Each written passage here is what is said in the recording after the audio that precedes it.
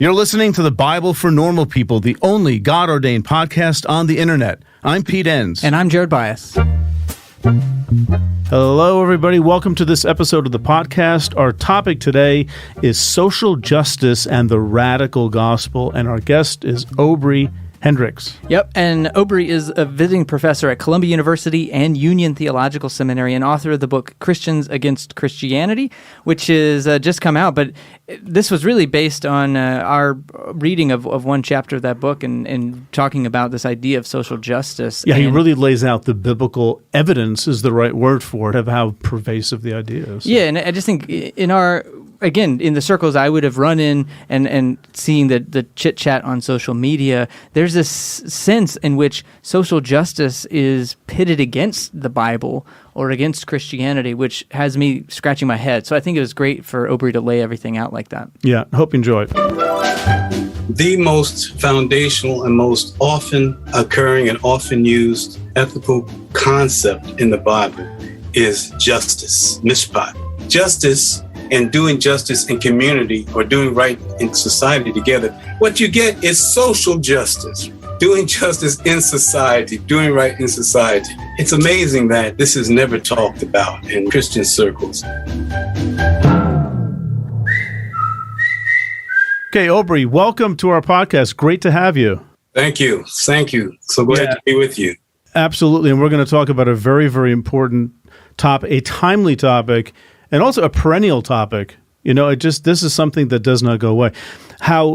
Let's talk about how social justice and social activism, right, doing something about it, is a deeply biblical idea. And not only is that just a worthy topic, but as you know as well as anyone, in our day and age, in a lot of, quadrants of the Christian faith, at least in America, a lot of people really think that social justice, social activism is at best a side issue to the gospel and to Scripture, but actually something that's almost like an attack, like a Trojan horse or something, and you're trying to sneak in unbiblical, unchristian ideas in the form of the gospel and stuff like that. And it seems to me, and please weigh in here, but I think in the recent months, a lot of the debate about critical race theory is maybe fueling that in a sense, or maybe that's just another example of a similar kind of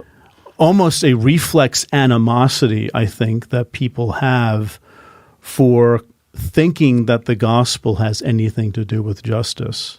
Yes, absolutely. Yeah. So can you take us through, we just want to dive right into the Bible. Like what, in your not just your opinion, you have some great scholarly credentials to back this up. Walk us through these biblical texts and what does it have to say about justice? Yeah, well, it's amazing that this is seldom talked about in Christian circles, and certainly not in right-wing evangelical circles. But the most foundational and most often occurring and often used ethical concept in the Bible is justice, mishpat, justice. And, has various nuances of meaning, like vindication or rights or deliverance. But its main meanings are justice and judgment in the sense of discerning between right and wrong. This is the most foundational, oft-occurring ethic in the Bible. The second most occurring ethical concept in the Bible is tzedakah, usually translated as righteousness, which gives a connotation of personal piety. But it really means doing right in the community, doing right in society, or doing justice. Doing right is doing justice. And when you put the two together, and in fact, the two, mishpat and tzedakah, they also are the most often occurring paired concepts in the Bible. When you put justice and doing justice in community or doing right in community, society together, what you get is social justice, right? Doing justice in society, doing right in society, right? Social justice. And then when you take the quote from Leviticus that Jesus says is so important, that is as important as loving God, and that is love your neighbor as yourself, which means wanting the same rights and privileges and opportunities and access to the good things of life for others as you want for yourself, that really means egalitarianism, a posture of egalitarianism. What we find then is foundational to the Bible, the whole biblical witness, is egalitarian social justice, doing justice in society by making sure that the structures and the relationships and the laws and the policies of society give everyone equal access to the good things of life. And that's it really, essentially in a nutshell. And, one thing that was sparked as you were explaining that is this whole idea of no partiality. Yes. Right. People with more are not of greater value. God does not basically play favorites. So, and that has in it, I think that has in it, again, this idea of egalitarianism, of shalom, of peace. This is what it looks like when there's no partiality, and, loving your neighbor as yourself, as you were pointing out, that seems to have like an egalitarian notion baked into it. And I think that from what you're saying, here's where I think people are going to maybe need a little bit more help. Mishpat, justice.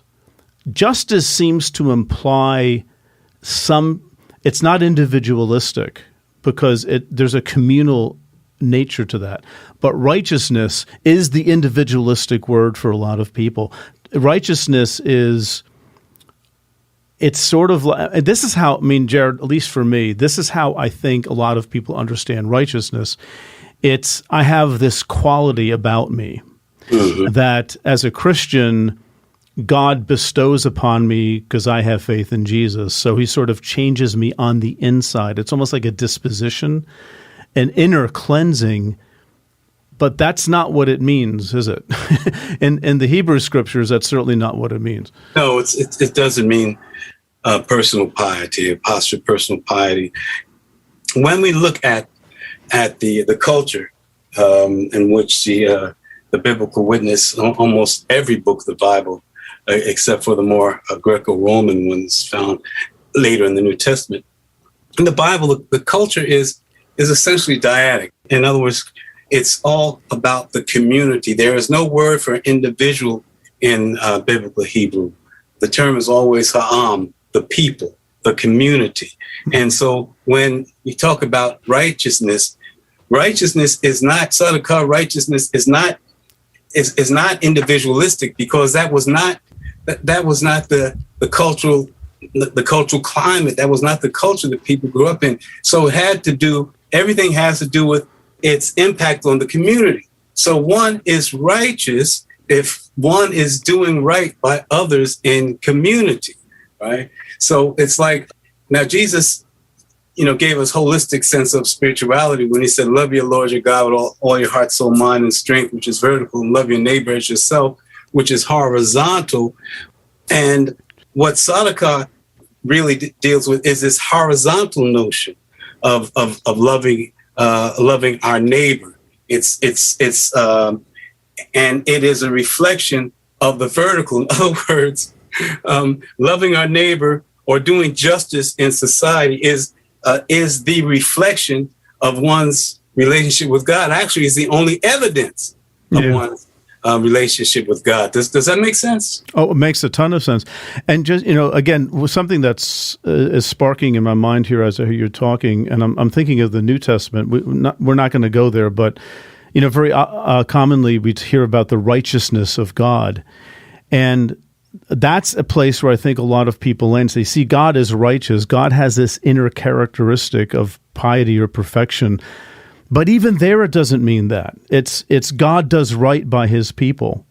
And for Paul's theology, it is saving the people by his own sacrifice of himself, so to speak, right? So even there, it's very much communally related. It's a word that means nothing apart from the effect that an act has on the well-being, the shalom of other people.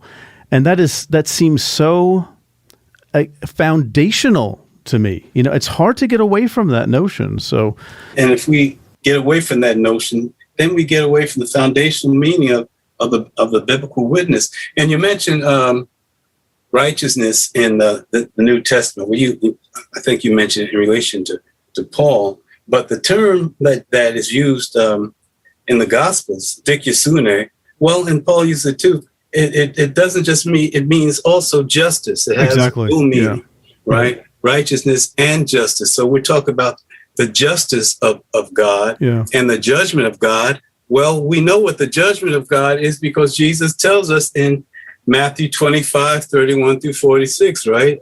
And what the judgment of God is if you have tried to feed the hungry and clothe the naked and do right by people in society, as you have done that, then you have done it to God.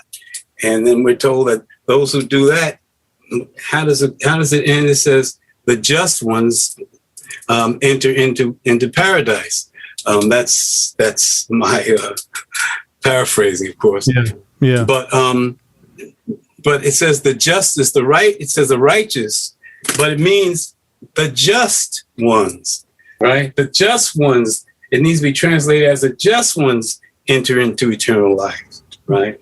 And so when we have these translations that don't give the full dimension of a word, or don't give the dimension of a word that does not fit into pietistic notions, then it gives a whole different meaning and flavor to the passage in which it occurs.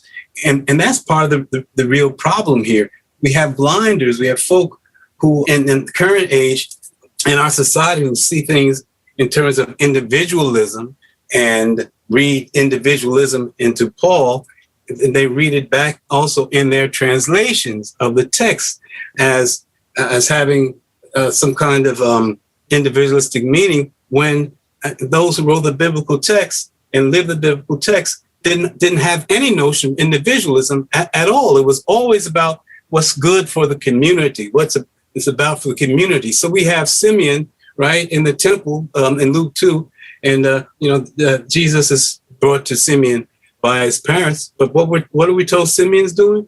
That he is in the temple day and night praying, not for himself, not for his own welfare. He's praying for the consolation of the people, of his people. And that is reflective of the kind of cultural mindset, the cultural lens through which we should view the biblical witness. Then maybe let's back up a little bit, because we have a disconnect in our culture. I do feel like there are a large swaths of Christians who would say social justice, like you said, is at best a distraction.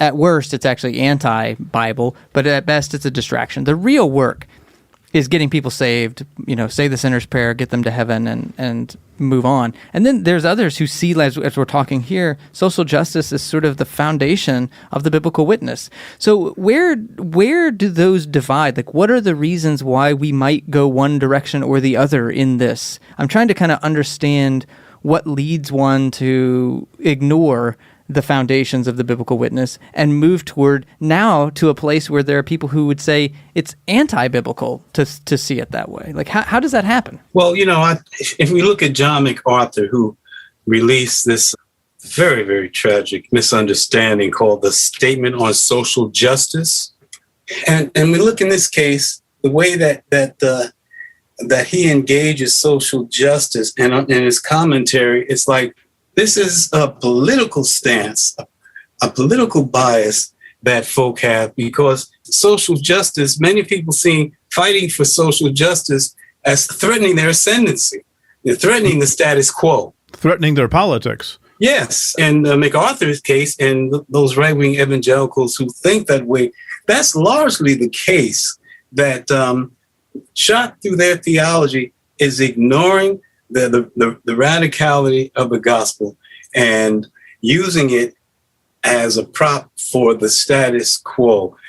But this is not new. It goes back as far as Constantine. It certainly goes to the translation of the King James Bible, which removed the term tyrant that was used quite often in the Bishop's Bible that was just translated like 50 years before the King James Bible. Well, you read the King James Bible and it's clear that every kind of reference in there that might inspire folks to rise up against a monarchy or an unjust hierarchy, that they are translated in a more domesticated, more threatening way.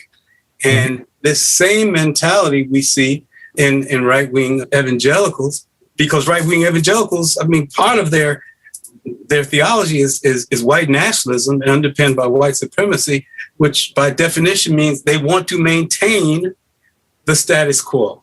Now, there are other folk who do not subscribe to those kinds of, dominationist and racialist politics.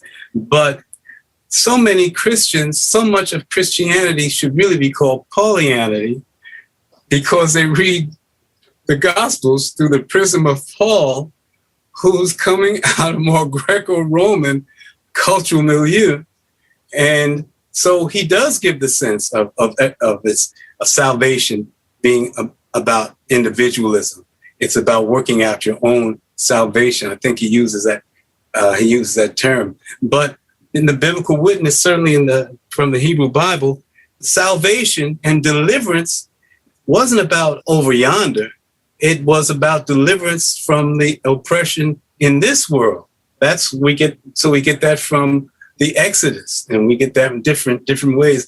And also we know that because throughout all but the very tail end of the Hebrew Bible, I think, there's no notion of an afterlife. We don't see any sense of a notion of an afterlife. So deliverance can't be about an afterlife or being delivered into eternal life. It is about being delivered in this world. Paul changes that, see. And most of Christendom seems to lean more toward Paul than toward the Jesus of the Gospels. Well, in some ways, what I'm hearing too is that trajectory continues to go down. So maybe, Paul kind of moves the needle a little bit. Then you have kind of Constantine in the Middle Ages, and we just kind of keep moving that needle more and more and reading back into the text, our own cultural context and milieu, to where now it's even difficult to see. For instance, that might even be pretty mind-blowing for a lot of people to hear that the afterlife isn't really mentioned in the Hebrew Bible. While very much true, we've all been taught to sort of to skate over in that fact and find those places where we can kind of wedge in our current views of the afterlife. And so there's just so many layers of cultural context over and over and over that that's what I guess for my, my tradition and the people in my family and others around, there's so many layers that would have been very difficult for them to cut through that and to see the social justice that seems quite plainly present in the text. Right. That's what I'm getting at. I mean, it's not taught.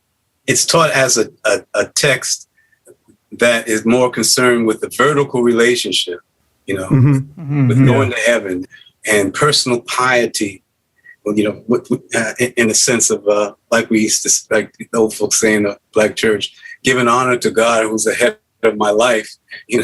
Well, that's a vertical thing. They're not talking about giving honor to God who has taught me to try to make the world a more just world. They're taught this individualistic, personal, pietistic approach. And so many people can't envision anything differently because to them, it's all about being saved and having personal salvation, which is about entering into eternal life in the hereafter. But that is not the predominant way that Jesus talks about things in the gospel. He mostly talks about what's going on earth. He talks about poor people and suffering and oppression more than anything else other than God. What I find interesting is that, Richard Hayes, I think it's Richard Hayes at Duke, he says that, getting into Paul a little bit, that for Paul, the goal of the reason, I shouldn't say the reason, but at least a central element of Easter weekend is not to get people into heaven, but to create a new people of God, which is made up of Jew and Gentile together. So I think there is definitely a communal element to Paul. The thing is that that gets missed all the time, and we reduce Paul to, well, it's by grace, it's not by works. Yeah. And this is just my theory. I think this goes back, in my opinion, this goes back to Walter Rauschenbusch and the social gospel movement, the late 19th century, where that was denounced by fundamentalists as being sort of, this is salvation by works. And I think that's the bee that people have in their bonnet. They think you're talking about, we are saved by doing good works. And then you mentioned before Matthew 25, which sort of seems to say that, but that's again, you're saved by works, but what are you saved for? Is it going to heaven when you die, or is it for something big that's happening here? Like Zacchaeus, right, up in the tree, and Jesus calls him down, and he gives half of his stuff away, right? And truly salvation has come to this house today. I don't think Jesus is saying, thank goodness, now when you die tonight, you know you're going to heaven. There's something else happening there, and I think the word communal, not just individualistic, but look at what he did. He did a community. He did an act of mishpat, of justice and righteousness, by giving away his wealth, to people who may not have had it. Right, and I mean, the short way of putting this, I think a lot of what's behind this is a very common Protestant, reformationally driven, individualistic reading of Paul.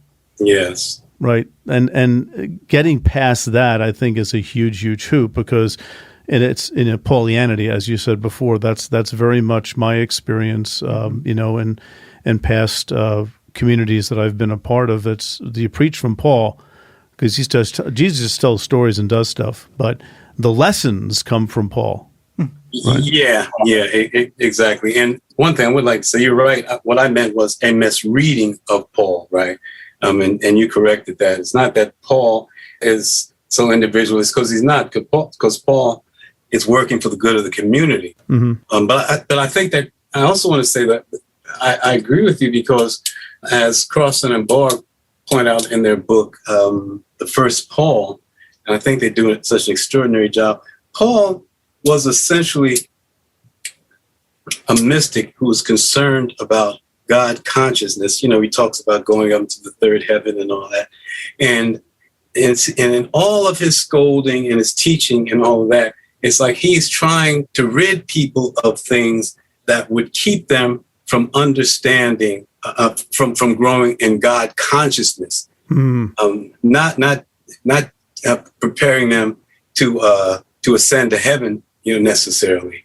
But he's concerned about the community growing in God consciousness, I think. I also want to mention one other thing in addition to what you pointed out.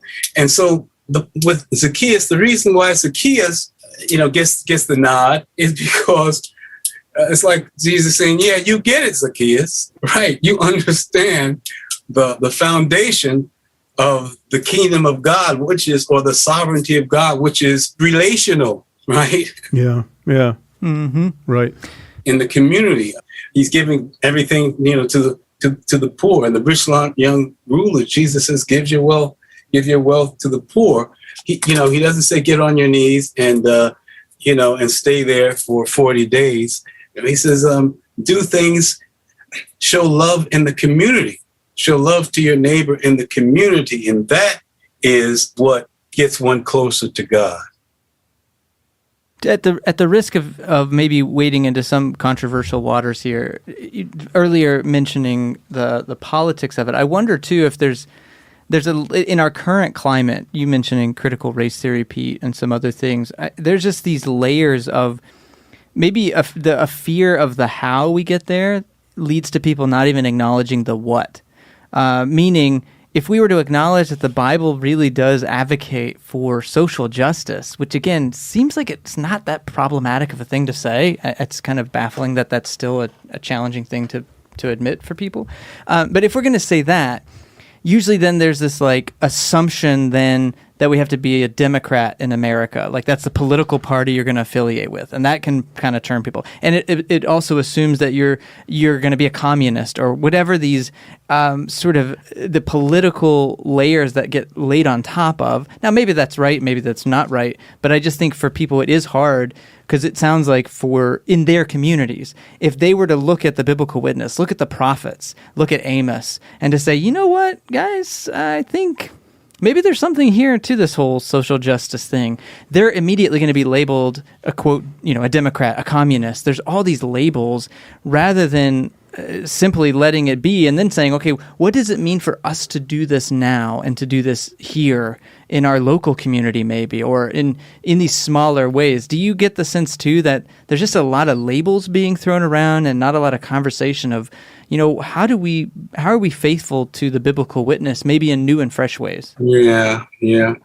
I think I'm following you. And when we speak of, for instance, critical race theory, I mean, of course, we know that almost no one who talks about it has any idea what it really is. I mean, it's taught in law schools and graduate schools, right, and never could show up in grammar schools.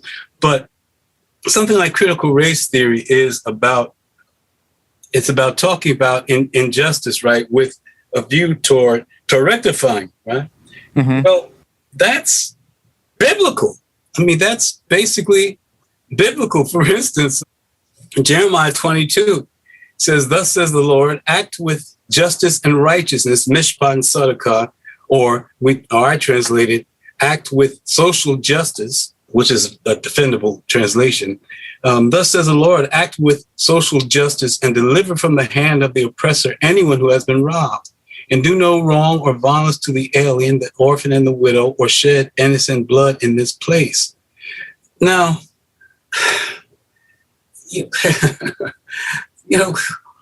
critical race theory is concerned, wants to get to the point. First, it's about delivering folk from oppression, right? One aspect of it deals with reparations. Well, then it says deliver from the hand of the oppression anyone who has been robbed. Well, certainly the enslaved were robbed, and those in Jim Crow were robbed, right? And do no violence to the alien or the immigrant, right?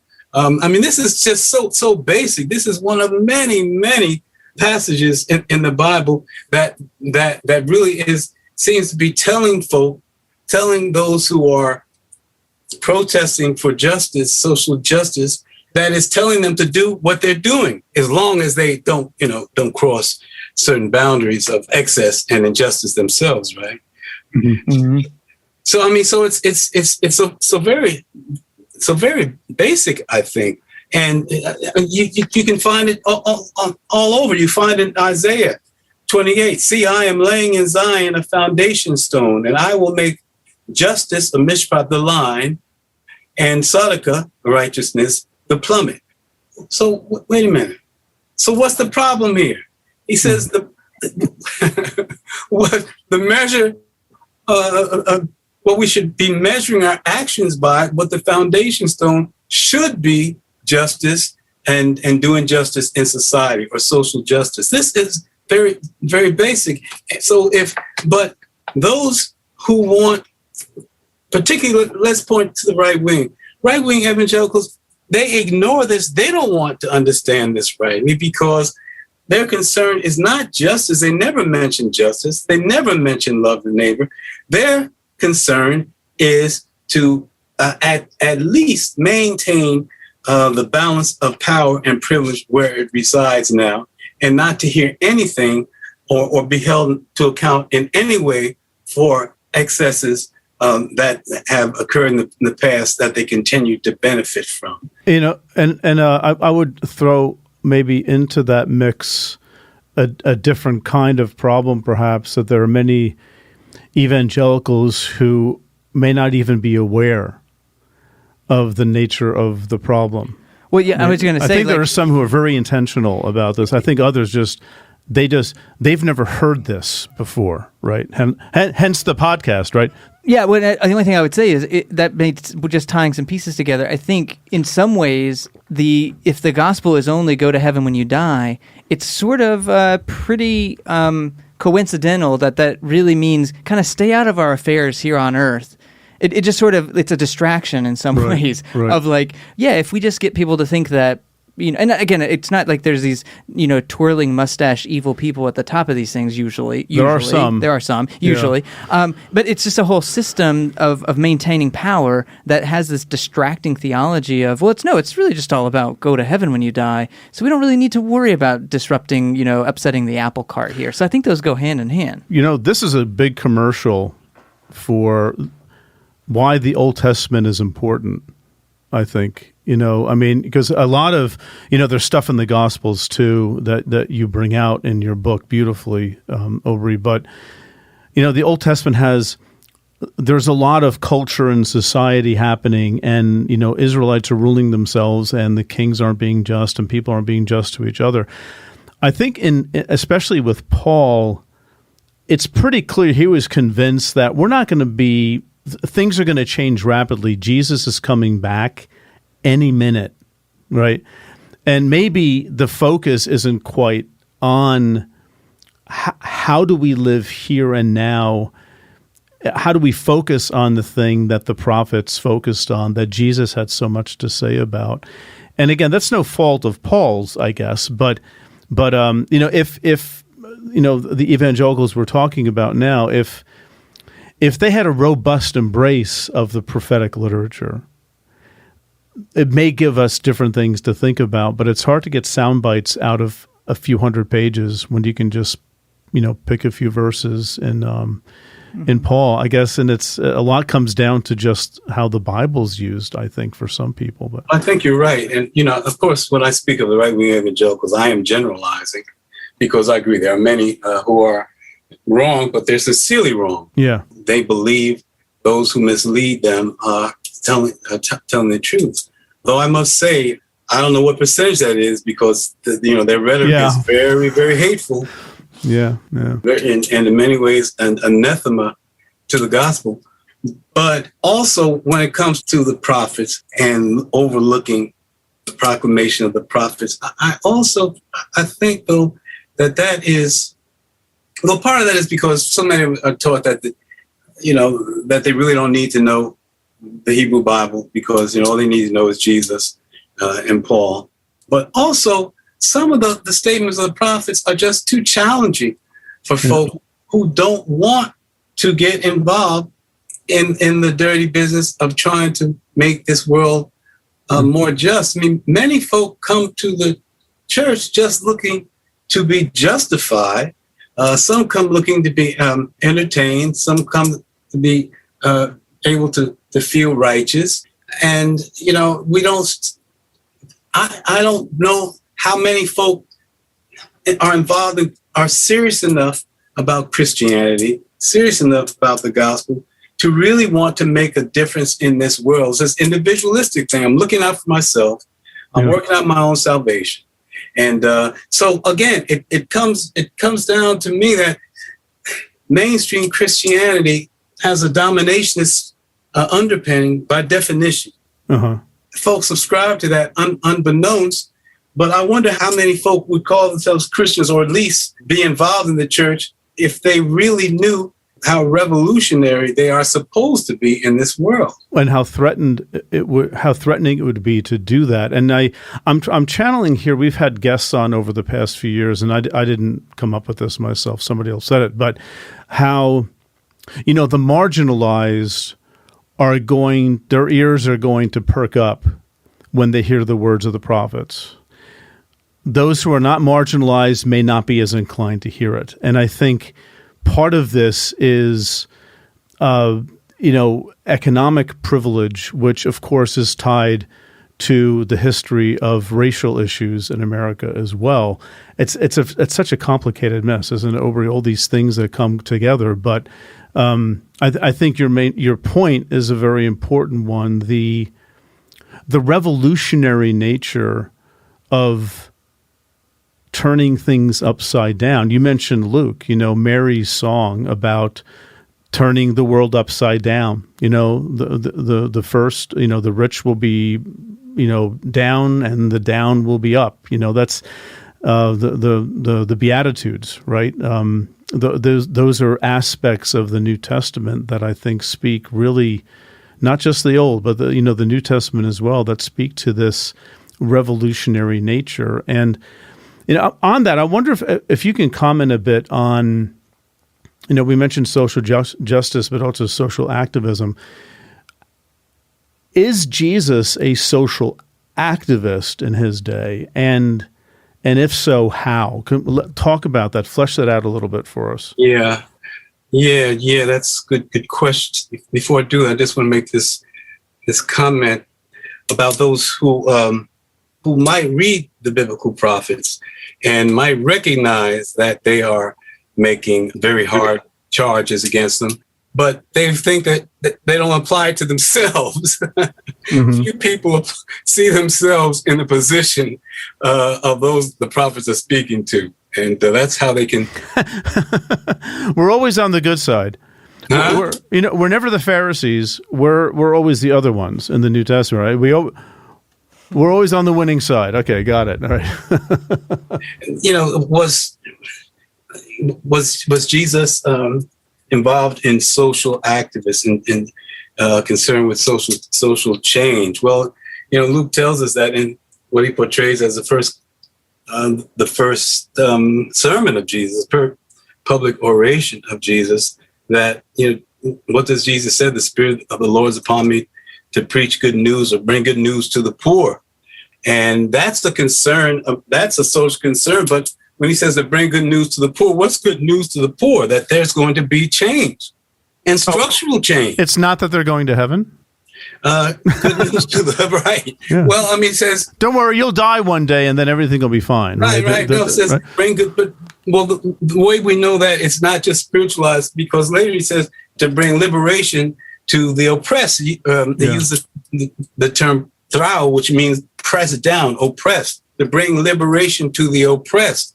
All right. Now that is oppression in this day. He's talking about social change.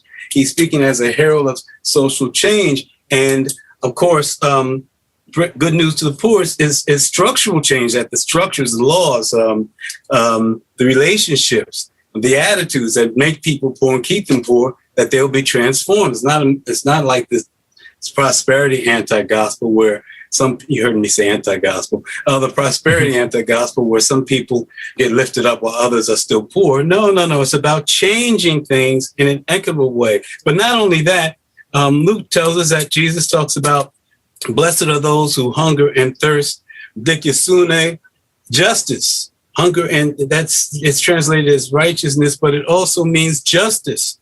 Yeah. Blessed are those who hunger and thirst for justice. In this world, I'd say social justice.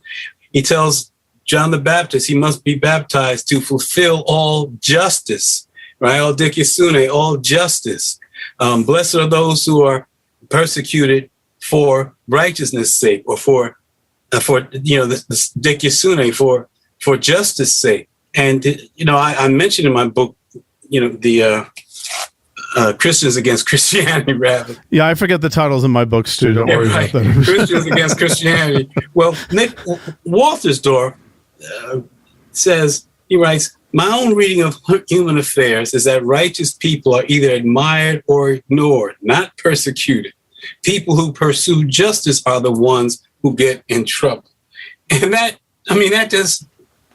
it in a nutshell. That makes sense. So Jesus is not saying, well, those who are personally pious and who are so holy that butter won't melt in your mouth, blessed are you. Say, those of you who stand up for justice in this world. And he's concerned about the poorest and the least of these. It makes sense that is what he's talking about. It only makes sense. It just doesn't make sense to those who who refuse to look more deeply at the meaning. And it makes sense in light of the fact that there was a lot of poverty and hunger. It isn't just like, a few people in ghettos somewhere you don't have to worry about. It was very pervasive. So it was a constant problem that people simply didn't have enough. Oh, yeah. He talks about that poverty more than anything, right? His Mary talks about it in the Beatitudes, right? When he still hasn't, in the Magnificat, Jesus is yet in her womb. And she's talking about the hungry being filled with good things. Mm-hmm. And so it's important. And I just want to stress again, in this parable, in which Jesus, in Matthew 25:31 and following, he ends by saying, truly I tell you, just as you did not do it to one of the least of these, you did not do it to me. And these will go away into eternal punishment. But the term there again is dikaiosune, but the just ones, not the righteous, but the just ones into eternal life. And so he's concerned about justice and about the state of society. And he talks about that more than he talks about anything else, and definitely more than he talked about more than he gestures about an afterlife. But he says, if you're going to go into the key to eternal life is to work for justice in this life. Mm-hmm. And that's the key to understand the gospel, I think. Mm-hmm. I think right.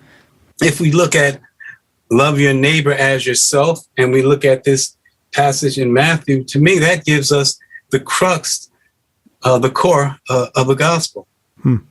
I think that's a wonderful place to end as we kind of move from the Hebrew Bible into the New Testament and then Jesus's emphasis on this. And, for me, I would just say one thing that I really appreciate is I appreciate that you swap out the word justice when we see that word righteousness, because I do think we have this pietistic lens, and it also kind of doesn't mean a lot. Like in my mind, I kind of glossed over that a lot as a kid. I didn't really know. It felt very abstract. But to think about justice in those instances just makes a big difference and jars us out of our regular reading just enough to maybe see the Bible a little differently. So maybe as we leave, Obery, is there anything else that you would give as sort of a words of wisdom for people maybe who are just now waking up to this idea that, maybe the Bible does have something to say about social justice. Maybe it does have something to say for how we kind of go about our lives in community and in society. Is there kind of some practice or simple step or just something that people maybe can take forward as they continue to grow in this? Well, I think that what should be kept in mind is how foundational this notion of justice and doing justice in society is. It is the foundation of the biblical witness, in the sense that it is the ethical formulation that we find more than any other in the Bible, even in Psalm 72, in what we understand to be an inaugural psalm. The prayer is, endow the king with your mishpat, your justice, O God, the royal son with your tzedakah, your sense of doing right by people in society. May he judge your people in tzedakah, your afflicted ones, with mishpat. It's saying that what it's also saying here is that those who are in positions of power and governance, that they have a responsibility to be concerned with those in need. But more importantly, what they should have as their guiding star is this whole notion of social justice, doing justice by people in society. And that shows just how foundational it is. It's foundational even to the extent that it tells how those in government how governments should act. Mm-hmm. And so I just want to leave that. Anyone who takes seriously the biblical witness as a guide for action in the world, the way we act in society, should really take seriously that justice that must be seen as analytical. In other words, we analyze our actions and analyze policies, and we analyze acts that are going on in the church and in society as to whether they comport with the notion of biblical justice. And it's prescriptive in that it prescribes how we are to act and what kind of laws and policies and actions that we should get involved with and that we should purvey. So I'd like to just share that. And I'd like to thank you for this discussion about my book, Christians Against Christianity, because I've tried to put my heart and soul into this effort to raise consciousness so we can stand against the depredations of those who are so misleading people about the gospel to the point that they support politicians who lie and cheat and doing the exact antithesis of what Jesus taught. Well, thanks again, Obery. Just again, appreciate your articulation of justice and righteousness in the biblical text, and I think a lot of people are going to learn from that. So thanks again. And thanks for writing the book, Christians Against Christianity, too. So great to have you on the podcast. Thank you. Great to be with you, gentlemen. You just made it through another entire episode of the Bible for Normal People. Well done to you. And well done to everyone who supports us by rating the podcast, leaving us a review, or telling others about our show. We are especially grateful for our producers group who support us over on Patreon. They are the reason we are able to keep bringing podcasts and other content to you. So a big thanks to Brandon Stutheit, Clyde Howell, Evan Colley, Jeff Bills, Joshua Edson, Mark Graham, Nathan Kelly, Rod Markin, Steve Golston, and Karen Klassen. If you would like to help support the podcast, head over to patreon.com/The Bible for Normal People, where for as little as $3 a month, you can receive bonus material, be a part of an online community, get course discounts, and much more. We couldn't do what we do without your support. Our show is produced by Stephanie Spate, audio engineer Dave Gerhardt, creative director Tessa Stoltz, community champion Ashley Ward, and web developer Nick Striegel. Copyright 2021, The Bible for Normal People. All rights reserved. In other words, no copying or you're in big trouble. For Pete, Jared, and the entire Bible for Normal People team, thanks for listening.